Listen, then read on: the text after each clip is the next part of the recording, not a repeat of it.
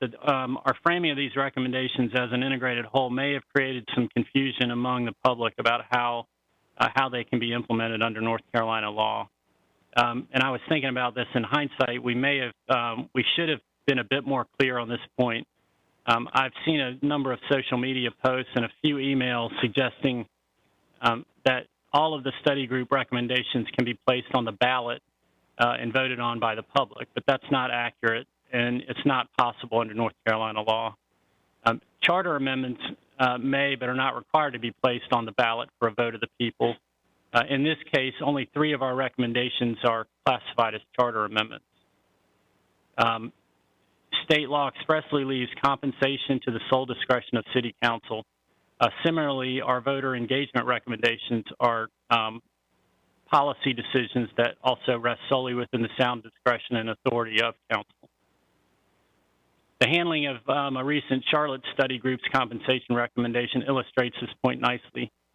When that study group recommended increasing compensation, the Charlotte Council referred the matter to the city manager so the specific matter could be brought up during the annual budget review and adoption process. At that point, the council, when it was brought back up during the budget process, they reviewed the issue and voted to ultimately include that increase in the city's fiscal year 21-22 budget. Similarly, our voter engagement recommendations are not charter amendments under state law, so they also can't be placed on the ballot. The voter engagement recommendations are legally no different than the city's other ongoing community engagement initiatives. In other words, council could refer the voter engagement component of the report to the city manager with instructions to develop an implementation strategy for those particular study group recommendations. Under North Carolina law, the recommendations relating to term length, staggering, and council size would, in fact, amend the Raleigh's charter, and the applicable statutes for those changes provide alternatives, yet equally valid ways for cities to implement charter challenges. One is council can simply place the items directly on the ballot for a vote of the people.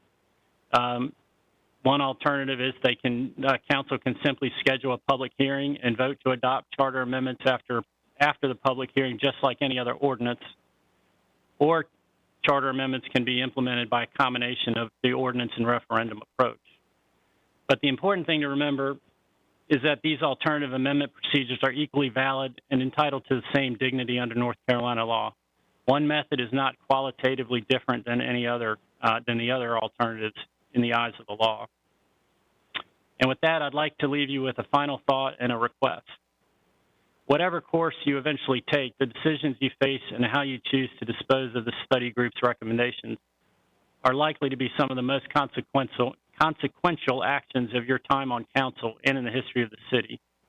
And I'm not exaggerating when I say that you'll be setting the foundation and reframing the way mayors and councilors approach governing the city for decades to come. And with that, I'll add a personal request. As you consider how to proceed from here, please set aside personal interests, matters of convenience, and short-term political calculations, and let what you believe is truly in the best interest of the city, its current and future residents, be your guide. Because I think if you do that, we'll get the right outcome.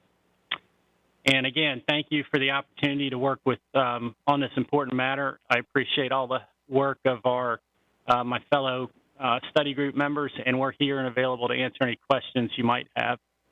Thank you. Thank you. Do we have any questions of Eric and the study group or our city attorney? Okay. Eric, thank you very much, and thank you to the study group for their work. And what we're going to do now is turn this over to public comment. If we could have the, yes, thank you. This will be 1 minute each. And we're going to start with Barry Erickson. Mayor, Barry is not on the call. Okay, next we had David Cox on the list, but he was testing the sign-up equipment. So I guess it worked. So thank you. Next we have Chantel Miles. Yes, can you hear me? Yes, we can. Thank you. 3408 Sioux Drive. I am speaking today in opposition to the recommendation to extend council terms from 2 years to 4. Municipal elections are only one of a few checks that citizens have on the city council's power. Should this council take action to lengthen terms, it would diminish the right of citizens to have a say about who represents them in city government. I recognize that it matters less what I or any other individual believe as opposed to what the citizens of Raleigh believe as a whole.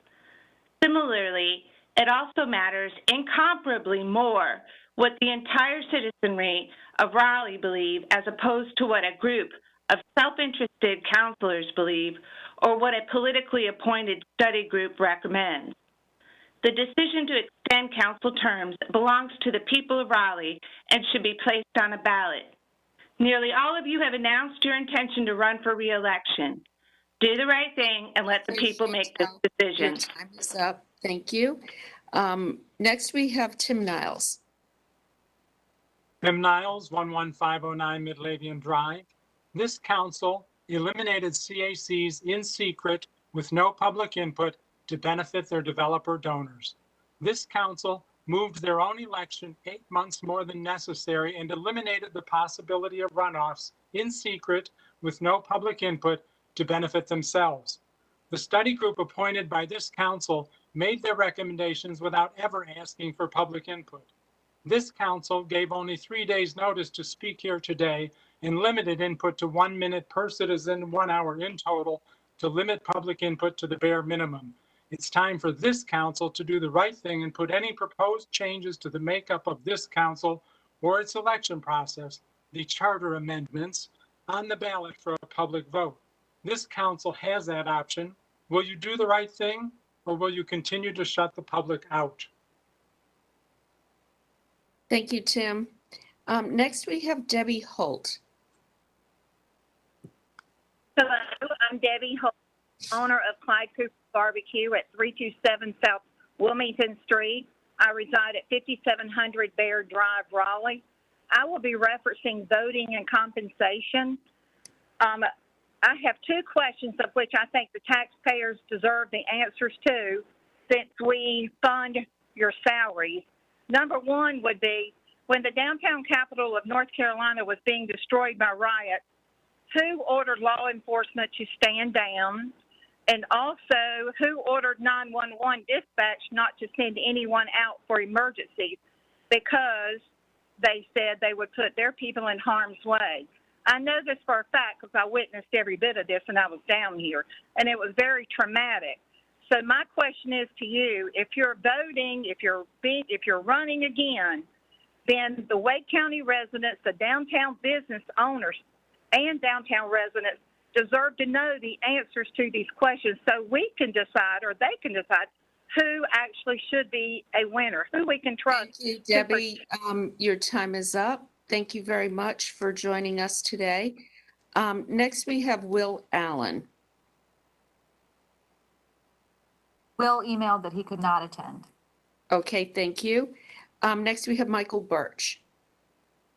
Good afternoon, Mayor, Council. Michael Birch, reside at 209 Hillcrest Road, Raleigh 27605. I'm on to speak in support of the study group's recommendations with a particular emphasis on moving to the 4-year staggered terms. As noted in the report, a majority of the bigger peer cities that was looked at by the group had 4-year terms. And I think that the staggered nature of the terms ensures an election every 2 years, which allows the council to be responsive to the voters, but it also balances well with consistency, predictability, and long-term thinking.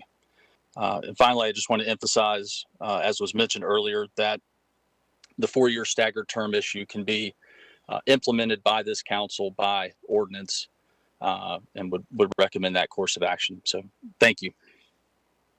Okay, thank you for being here today. Next, we have Christina Jones. Christina Jones, 8005 Finland Drive. There's a lot of good in these recommendations. However, there are a few things I would like for council to think about as you move through this work session today. Number 1, 4-year terms, agreed. Number 2, staggered terms, which seats lose 2 years on their first term or which seats gain 2 years on their first term. 3, even year elections. Municipal government should not only be for the wealthy. Turnout will increase for sure, but so will the cost of running for office while competing with midterm and general elections. Most importantly, Raleigh issues will be lost. 4, increased total compensation. Agreed. This is a full-time job. The median income for an individual in Raleigh is $67,000. Should our representatives be paid that amount so that we can attract a more diverse pool of candidates? Number 5, develop and implement a voter engagement program. Your track record on community engagement is spotty at best. I'm eager to hear this plan in action. Number 6, add 1 new council district position. How will this district be drawn and by whom? Thank you. Okay, thank you very much. Dylan Bochers. Good afternoon, Ms. Mayor, City Council members. My name is Dylan Bowders. I'm a resident at the Fairweather, 522 South Harrington Street, Raleigh, North Carolina. First of all, on salary increases, when I looked initially into what mayor and city council members made, this was during our previous sitting council, I was actually shocked at what little compensation there was. I don't call it a salary. With that, I contemplated what residents in our city can actually even consider the workload that comes with being a city council member. So you're either financially well off, you have a working spouse with a good job, you are a very understanding employer, or you're retired. If you filter all Raleigh residents by that criteria, you're likely eliminating fantastic options. In my opinion, the compensation needs to be more of a salary to improve our pool of candidates. That said, I'm thrilled who we have sitting in our current city council and mayor. And for 4-year terms, I absolutely agree. A 2-year term gives you about 18 months when you have 6 months worth of reelection. And that really is not enough time to focus on issues. 4 years would give you enough time to not only start to set issues in place, but also start to see them through. And I highly agree with all of those recommendations. Thank you very much. Thank you, Dylan. Next, we have Richard Johnson.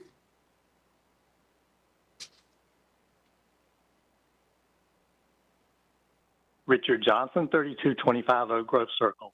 1 minute per person, a lightning round. City government is not a game show.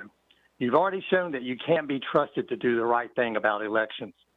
Democracy North Carolina's Bob Hall said that your delaying of the election to next November was a con job. As a result of that con job, you're going to be serving an extra 8 months in office, 8 months that you were not elected to serve. Your moving of the election to November not only gave you extra time in office, it also allowed you to eliminate runoff. So let's make sure we hold future elections in the spring of even-numbered years and not in November. That way we can increase voter turnout and hold runoffs as needed. When we do get to vote in our long-delayed election, that should be on the ballot as well, because despite what Mr. Braun said, anything can be put on the ballot, and the voters should be the ones making decisions about these important issues. You clearly can't be trusted to do the right thing.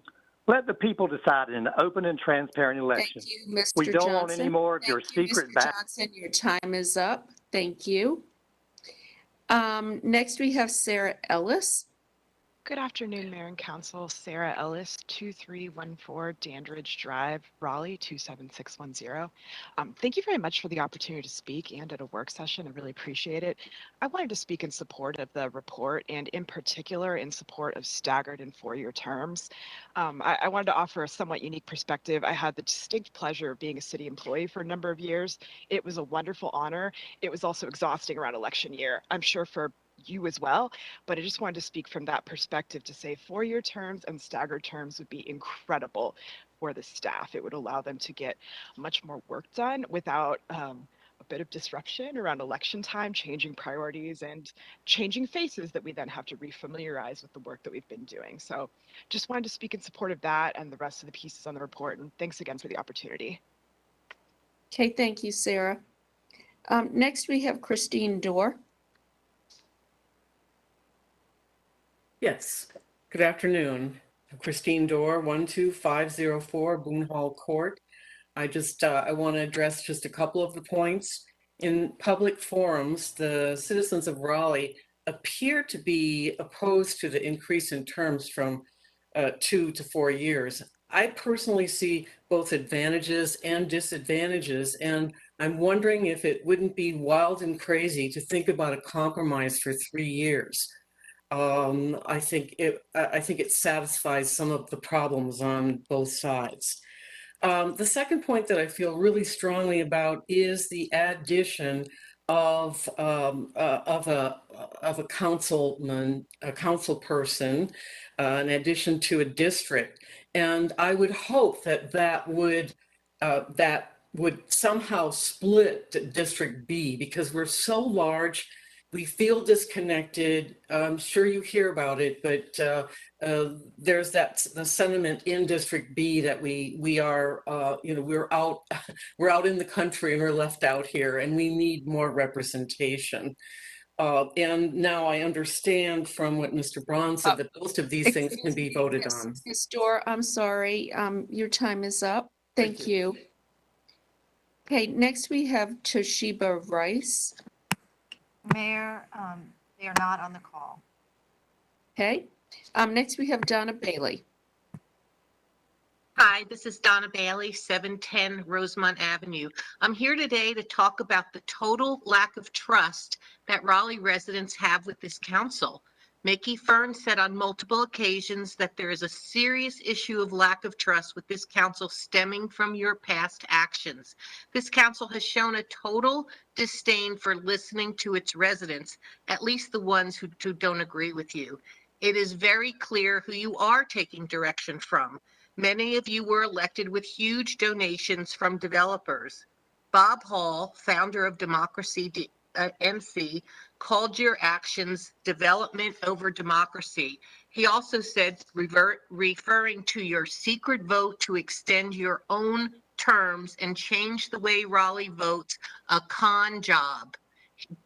Bob said a major policy decision like this should have had public input. Respect is at the core of democracy. This council's past actions of closed-door secret meetings have shown that you have no respect. Thank you. Thank you. Next, we have Chris Gray. Yes, thank you, Chris Gray, 5000 North Glen Drive. I'm here to voice my support for the full set of recommendations and specifically on council compensation. Like all other recommendations in the report, this received unanimous support from the panel. This is just the first step towards modernizing and professionalizing our city council, and it should be unobjectionable. The recommendation is benchmarked against cities like Greensboro, Winston-Salem, and Cary. Cities, I would argue, do not compare to Raleigh in size nor economic stature. The review process has been independent, transparent, nonpartisan, and deliberate for nearly 2 years. City residents have had their voices heard on these issues, and the recommendations reflect that thoughtful balance. Raleigh is not the same as it was in 1973, and it is time for our city council to reflect the city as we know it. Thank you. Thank you. Next, we have Larry Helfont. Good afternoon.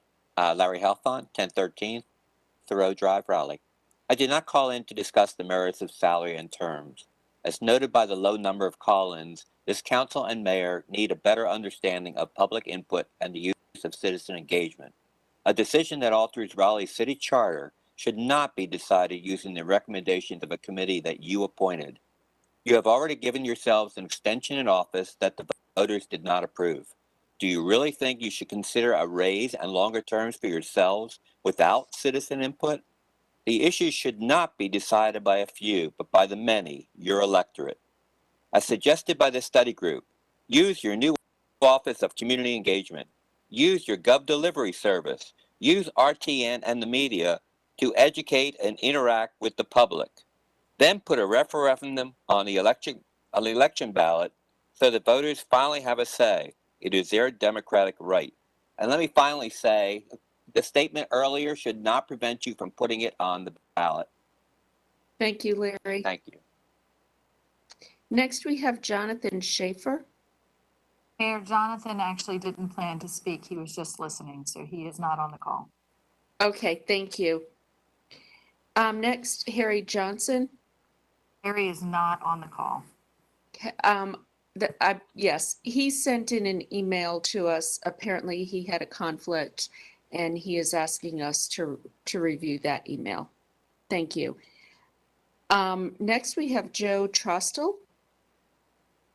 Good afternoon. I'm Joe Trostel, and I live at 2705 Peachtree Street, Raleigh, 27608. Many good ideas are in this report. I thank those who studied and wrote it, but something is missing. It comes up short. Democracy's key. Consent of the governed can only be gained from a majority, not plurality, of those voting. Public input is key. Reinstate the CACs and end disgraceful, surreptitious actions. Adding one to council will help to avoid deadlocks, but letting plurality stand will grow factions.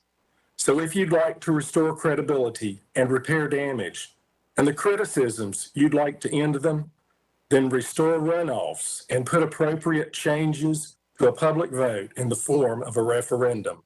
Please do so. Thank you. Thank you very much. Next, we have Travis Bailey. Thank you, Travis Bailey, 1024 Dorothea Drive, Raleigh. Thank you so much for the opportunity to speak about these recommendations publicly. I'd like to speak in support of the committee's recommendations, particularly for 4-year staggered terms. The staggered terms allow Raleigh citizens to continue to have a voice every 2 years as normal, and also saves the money and taxpayers considerable amounts for holding elections during even years, as well as increasing voter turnout. I would also like to say, with the district position, if you would consider looking at the downtown core as a potential district, much like in the CAC system, downtown did not have one unified voice or one counselor to represent them. And instead of considering land mass, population, and the growth of the downtown core, it would be nice to have a district representative for that area. Thank you. Thank you. Next, we have Bruce Thompson. Thank you, Mayor Baldwin. Bruce Thompson, 301 Fayetteville Street. I'm here speaking in support of the recommendations. I'm speaking in my own capacity, but I'm basing my comments on my experience doing economic development work as a government relations attorney at Parker Poe, and my knowledge of how the work and the impact of local governments can impact companies that are seeking to locate in the Triangle.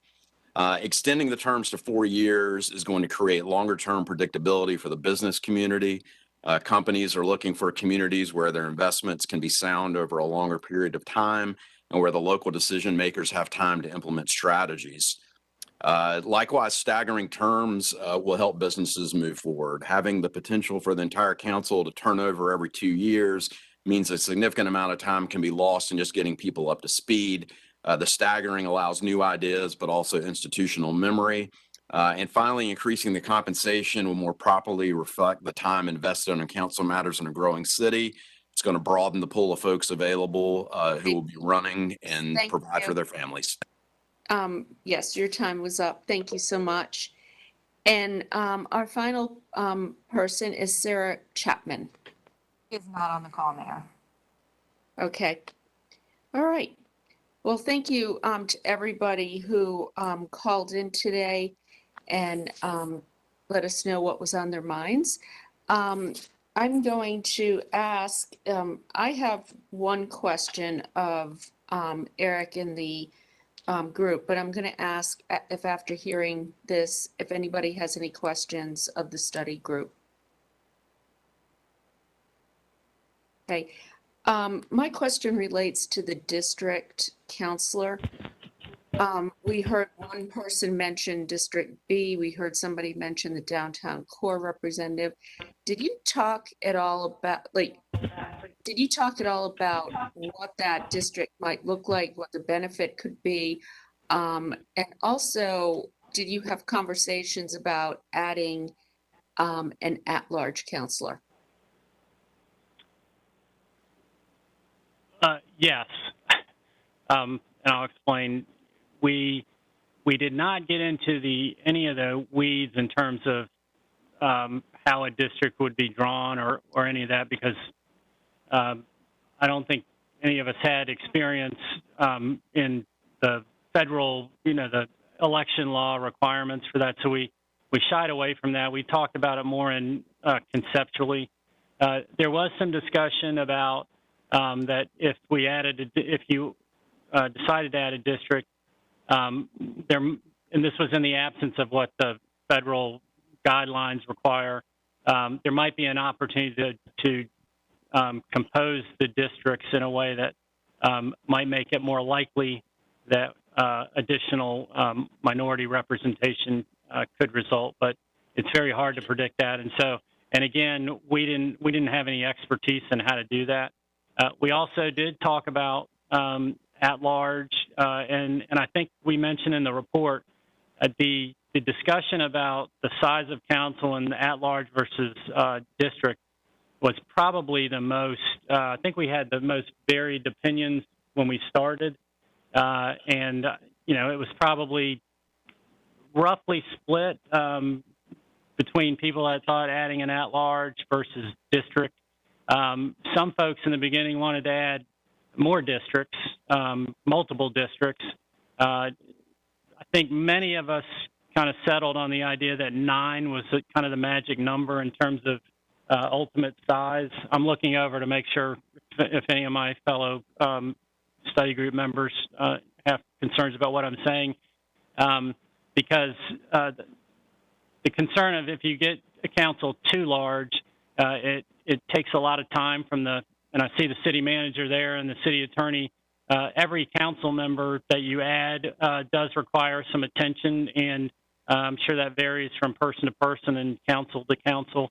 So one of our considerations was we didn't think that going much beyond 9 would be helpful and might be detrimental.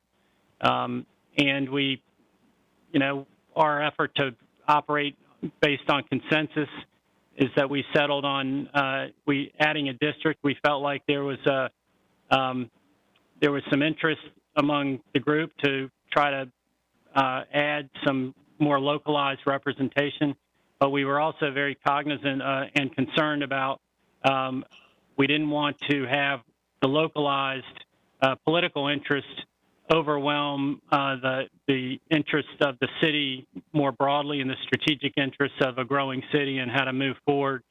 And so that's where we settled. But it was probably the most, I wouldn't say difficult, but the one that took the most discussion for us to try to reach consensus. And we didn't want to take the easy way out where we just said how many people think we ought to add one district, and but there was certainly plenty of discussion around that and the best approach for the city long term.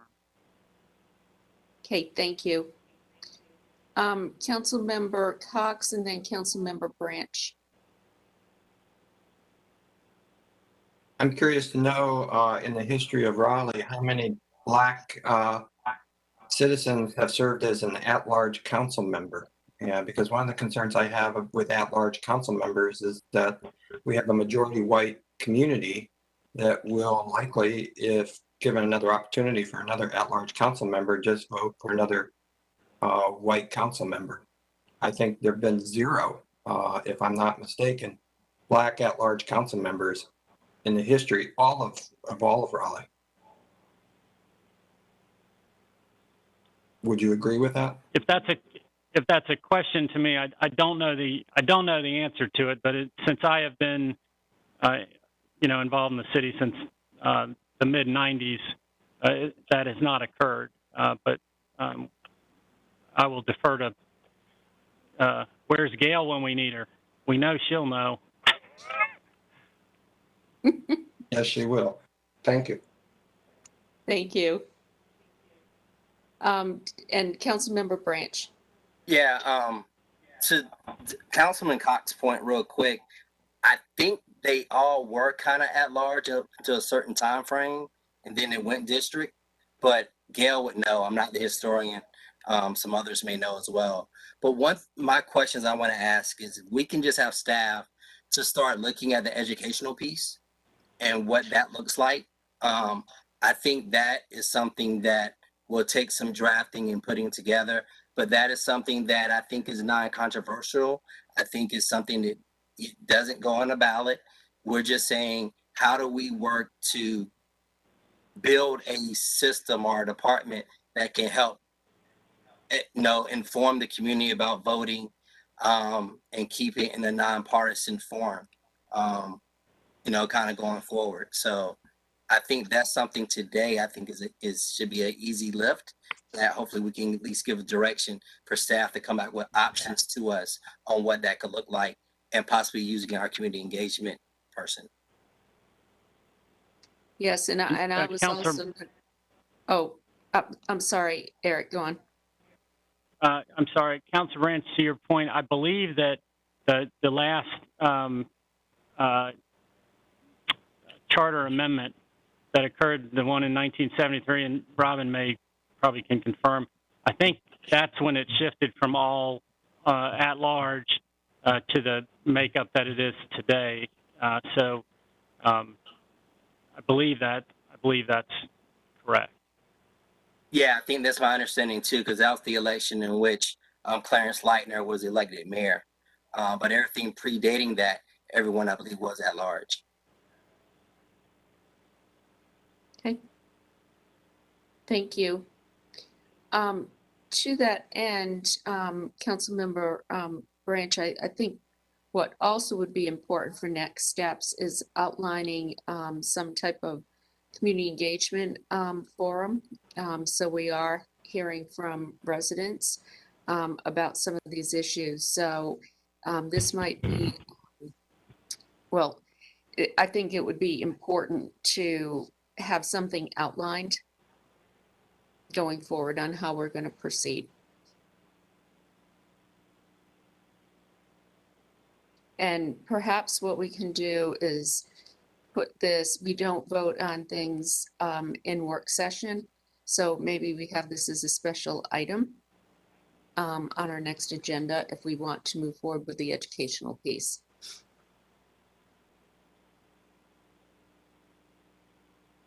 Any other comments or questions?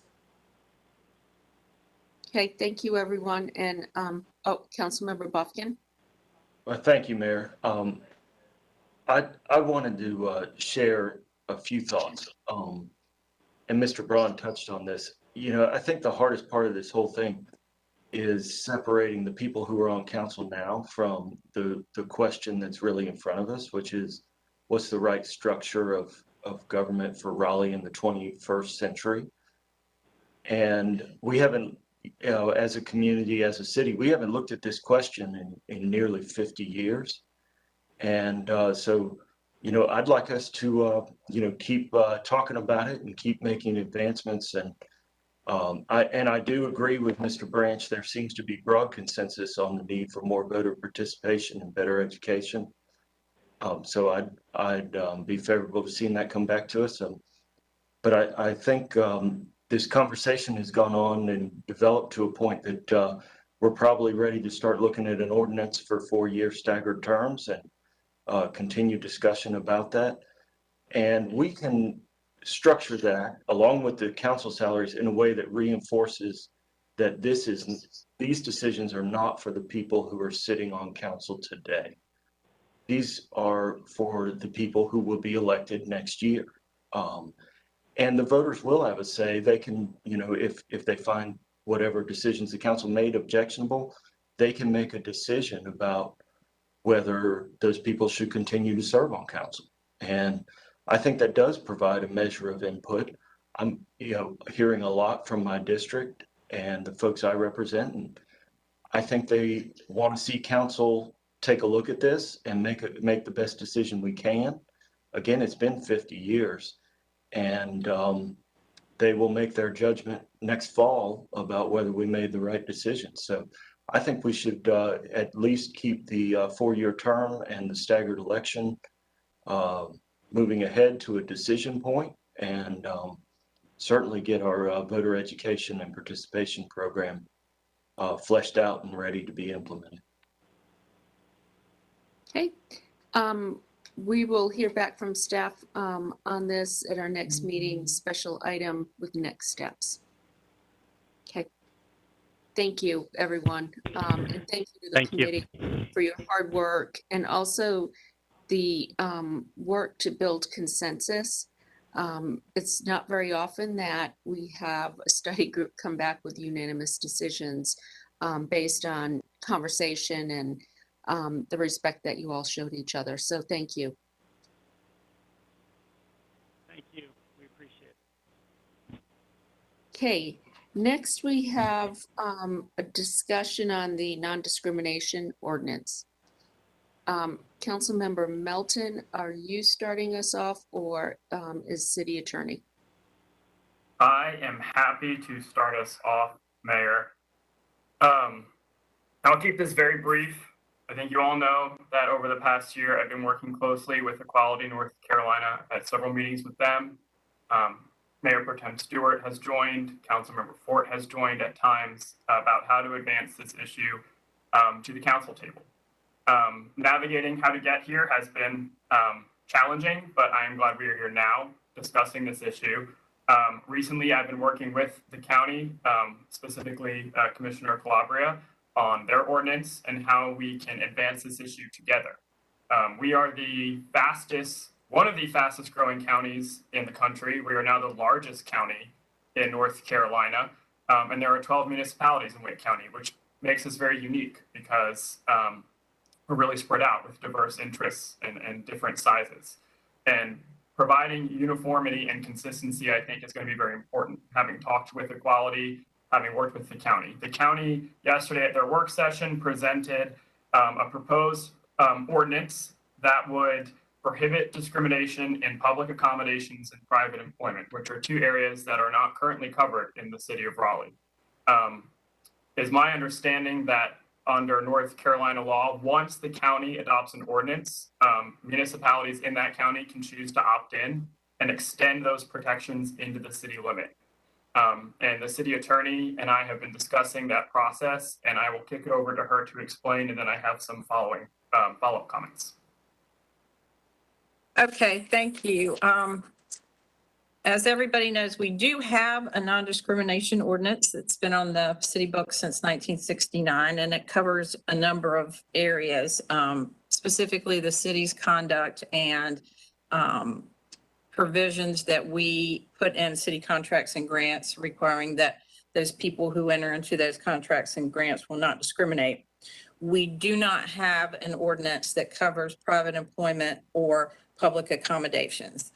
So that's a place that we have not yet regulated. So if the county does adopt the draft ordinance that they proposed yesterday, it would, with nothing more, apply only in the areas of the county where there's no municipality. However, there's a general statute, 153A122, that provides a mechanism for cities to, as Jonathan said, essentially opt in to a county ordinance. That's done by city council resolution. And what it does is essentially allow the county's ordinance to be applicable within the city. It's still a county ordinance, but it applies in the city, and the county is allowed to do enforcement within the city and not just outside of the city limits. So this is an option for the city council, and if that is a direction that the majority would want to go, the next step would be to ask my office to draft that resolution.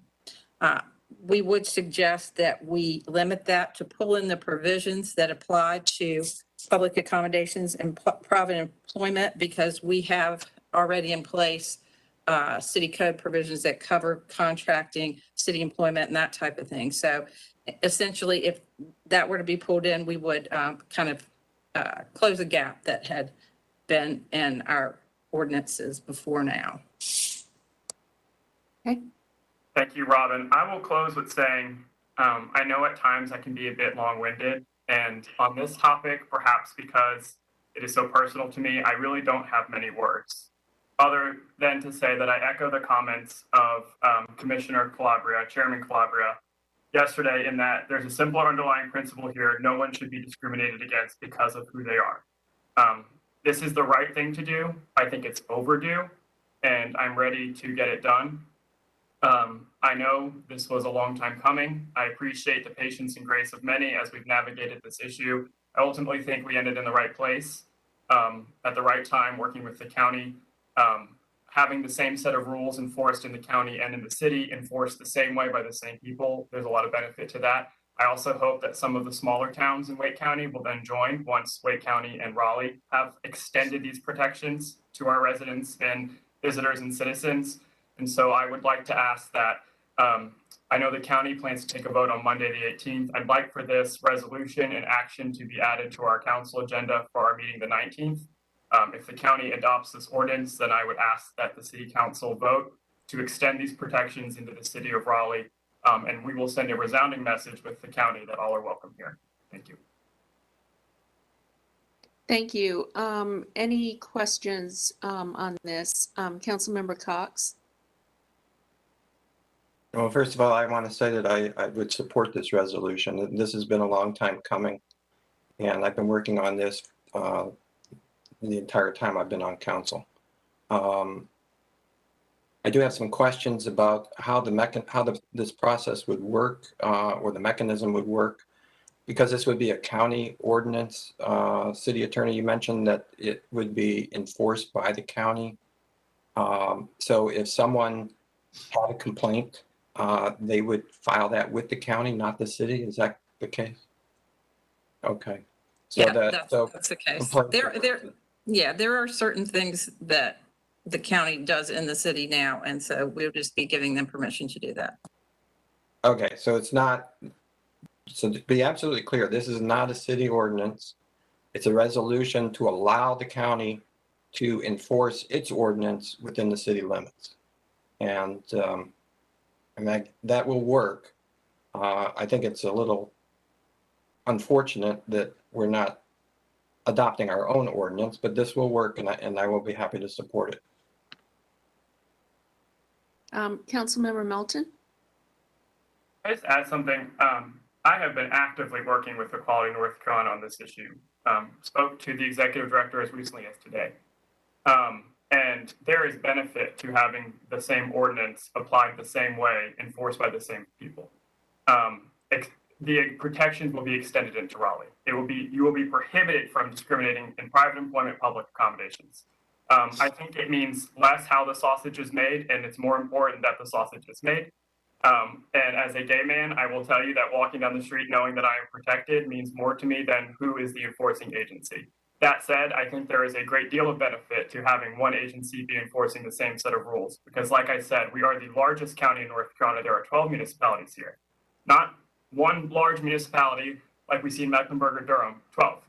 And if we can get the same set of rules enforced the same way by the same agency and hopefully encourage some of our neighbors to join in, that will send a very strong message. So thank you. I just wanted to clarify that. Okay, Councilmember Branch. Yeah, I just want to, say my support of this, and also, let everyone know that this also includes race. Race is also included in this. Nationality is included. And even the ordinance that we passed early this year, thanks to the efforts of Council Ford about hairstyles. So all of that is also included in this as is read. And I look forward to the county moving this forward and us doing likewise. Anyone else? Councilmember Buffkin? Thank you, Mayor. So I think Councilmember Melton made a really important point there, in that for the people who have to comply with this, and I believe our business community is very welcoming and does not discriminate in public accommodations. But for those people that are regulated by this, I think there's a real benefit for having one rule for the entire county. It's not very hard to imagine a business with multiple retail locations. Some of them may be in the county, some of them may be in other municipalities, some of them may be in Raleigh. And for them to manage 2 or 3 different sets of rules could be really cumbersome. So I think that is a real benefit to the approach that we're talking about here today. Thank you. Anyone else? Okay, I just want to thank Councilmember Melton for his leadership on this and his patience. This did take longer than we would have liked, but we did have questions and that we had to overcome. And I also want to thank the Wake County Commission for their leadership in moving this forward. So I look forward to our vote on this when it comes up to us next Tuesday at our regularly scheduled meeting. So again, thank you very much. And do we have anything else we would like to discuss? Okay, with that being the case, I am going to adjourn the meeting. Thank you, everybody, for attending. I also want to thank everybody who called in, and we'll look forward to next steps from the study group and how we will focus on community engagement, and we will look forward to our vote on the NDO on Tuesday. Thank you, everyone. Have a good night.